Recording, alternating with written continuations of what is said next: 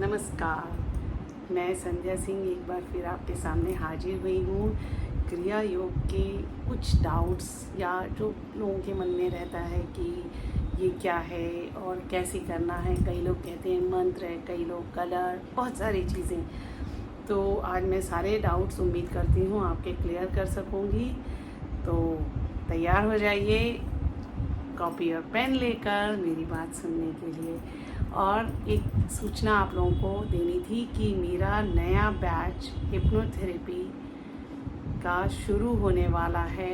ये बैच मेरा शुरू होगा 11 जुलाई 11 जुलाई से होगा और इसमें आपको लेवल 1 होगा, उसके बाद लेवल 2 और ये पास्ट लाइफ रिग्रेशन तक जाएगा। तो अगर आप इंटरेस्टेड हैं तो मेरा व्हाट्सएप नंबर जो कि डिस्क्रिप्शन में मैंने दिया हुआ है उस पर आप मैसेज करके बाकी डिटेल्स पूछ सकते हैं। तो अब हम आते हैं अपने विषय पर, यानी क्रिया योग। तो क्रिया योग में सबसे पहले तो आप ये जान लें कि ये जो सारी चीज़ें बताई गई हैं, मैं ये नहीं कहती ये गलत हैं, पर ज़्यादा फोकस इन पर नहीं।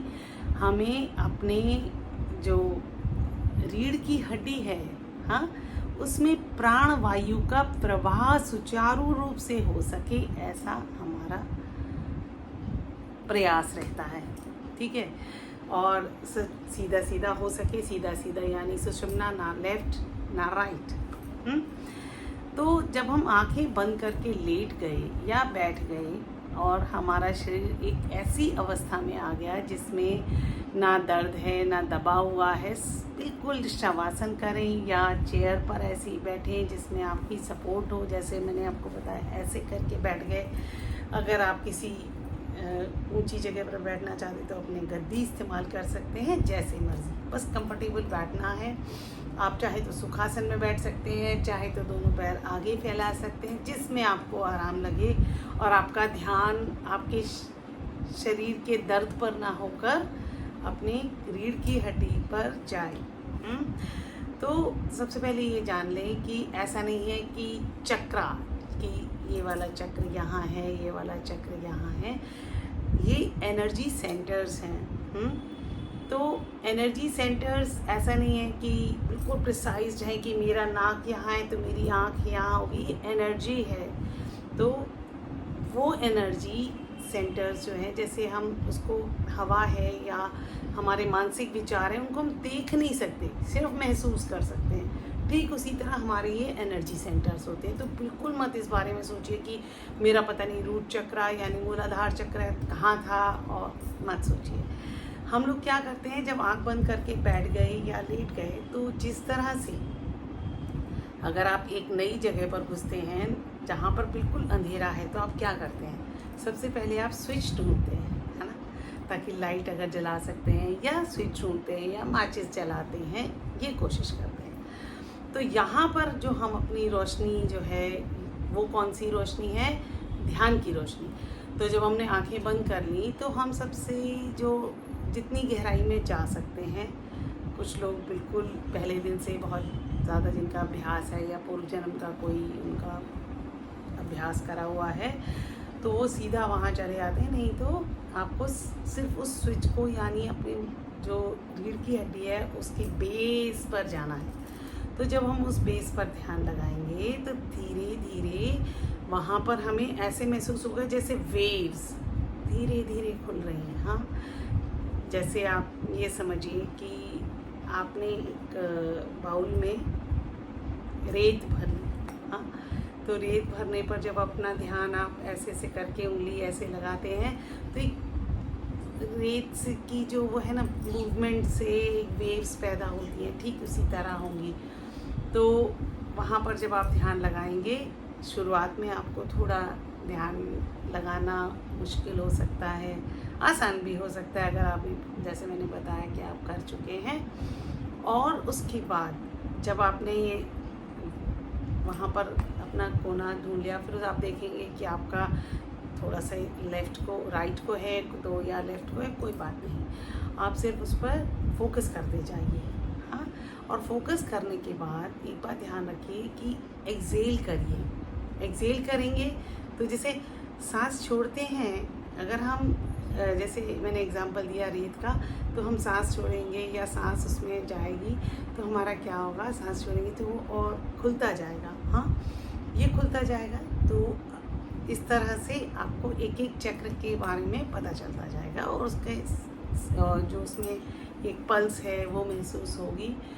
तो और सबसे बड़ी बात है, शुरुआत में आपको वो ढूंढने में थोड़ी परेशानी होती है, जिस तरह से मैंने बताया नई जगह है तो वहाँ पर स्विच ढूंढना या माचिस जलाना हम थोड़ा धीरे धीरे चलते हैं। फिर जब एक बार हम उस जगह के अभ्यस्त हो जाते हैं तो हम आसानी से वहाँ पहुँच जाते हैं। जैसे कल आपने जो किया तो आपका अगला अभ्यास जो आज है वो डिफरेंट होगा, थोड़ा आगे बढ़ जाएंगे।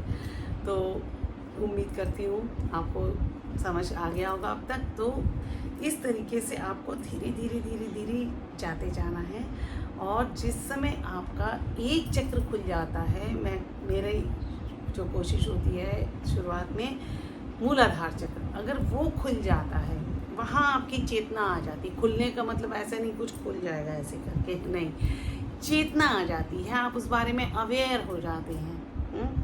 उसके बाद बाकी के चक्र, क्योंकि आपने पूरा अभ्यास करा हुआ है तो आप शुरू से ABCD तो होगी नहीं, तो आप आगे बढ़ सकते हैं। जैसे मैंने बताया कि शुरुआत करते हैं क ख ग से, फिर उसके बाद तो बड़े बड़े ग्रंथ पढ़ना भी उतना अभ्यास थोड़ी रहता है, आगे बढ़ते हैं। तो इसमें जो लोग मंत्रों का सहारा लेना चाहें वो ले सकते हैं, पर ऐसी कोई वो नहीं है कि मतलब कंपलसरी नहीं है, आवश्यक नहीं है कि आप मंत्र का सहारा लें। और ठीक उसी तरह से ऐसा भी नहीं है कि आपको कोई कलर देखना है। हाँ, ये एनर्जी सेंटर है, कोई कलर देखना है, उसी कलर में उलझे हुए हैं, वहीं फंस गए, नहीं, कोई कलर देखने की कोशिश ना करें। और ना ही कोई ऐसे जैसे पेटल्स दिखेंगे, कमल दिखेगा, ऐसा नहीं है।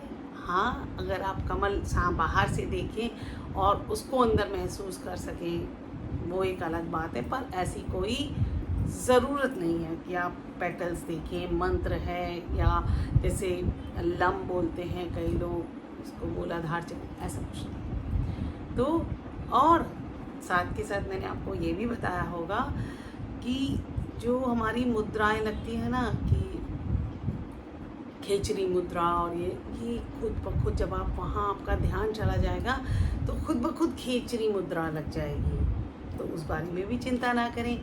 और एक चीज़ और है कि आप यम नियम की जो बात करते हैं, वो यम नियम आपकी ज़िंदगी में खुद आएंगे। मैं बोलती रहूँ अरे ये मत सोचो, नफ़रत मत करो, सबसे प्यार करो, सबको एक जैसा सोचो, आप उसी में उलझ जाएंगे। आप क्रिया योग करें, यम नियम मुद्राएं खुद ब खुद आ जाती हैं। यकीन मानिए, मेरा अपना अनुभव है। मैं कोई भी चीज़ आपको किताब से पढ़ कर नहीं सुना रही हूँ, ये मैं अपने अनुभव के हिसाब से बता रही हूँ। तो कहीं भी रुकिए मत। अगर आपको कोई डाउट है आप मुझसे पूछ सकते हैं, मैं जल्दी से जल्दी रिस्पांस देती हूँ। तो फिर मिलते हैं नई जानकारी, नए तरीके से इसी चीज़ के अभ्यास को और हम ज़्यादा एक्सप्लोर करेंगे। तब तक के लिए आज्ञा।